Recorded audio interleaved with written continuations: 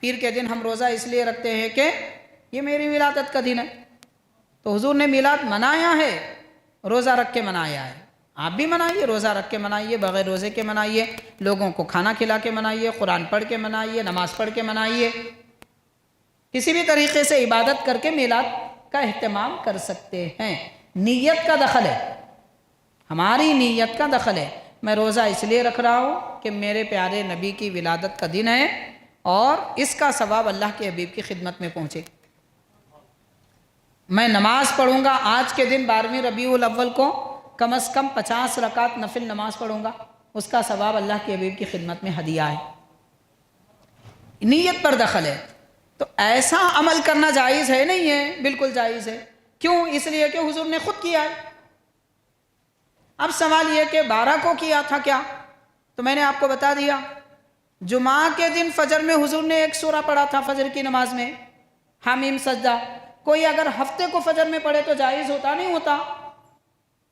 نہیں، حضور نے 12 کو جمعہ کو پڑھا تھا اس لیے ہفتے کو جائز نہیں ہے، ایسا کہیں گے؟ نہیں کہہ سکتے، بس اسی بات ہے۔ حضور نے پیر کے دن روزہ رکھا میلاد کی خوشی میں، آپ کبھی بھی رکھیے، 12 کو رکھیے، 11 کو رکھیے، پورے ماہ میلاد میں رکھیے یا سال بھر رکھیے۔ منع کس نے کیا؟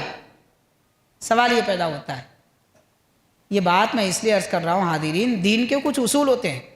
آج ہوا کیا ہے، ہم کسی آدمی کے قاعدے پہ چل رہے ہیں، ہم کو کسی آدمی کے ذہن، کسی آدمی کے قاعدے پہ نہیں چلنا ہے، دین کے قاعدے پہ چلنا ہے۔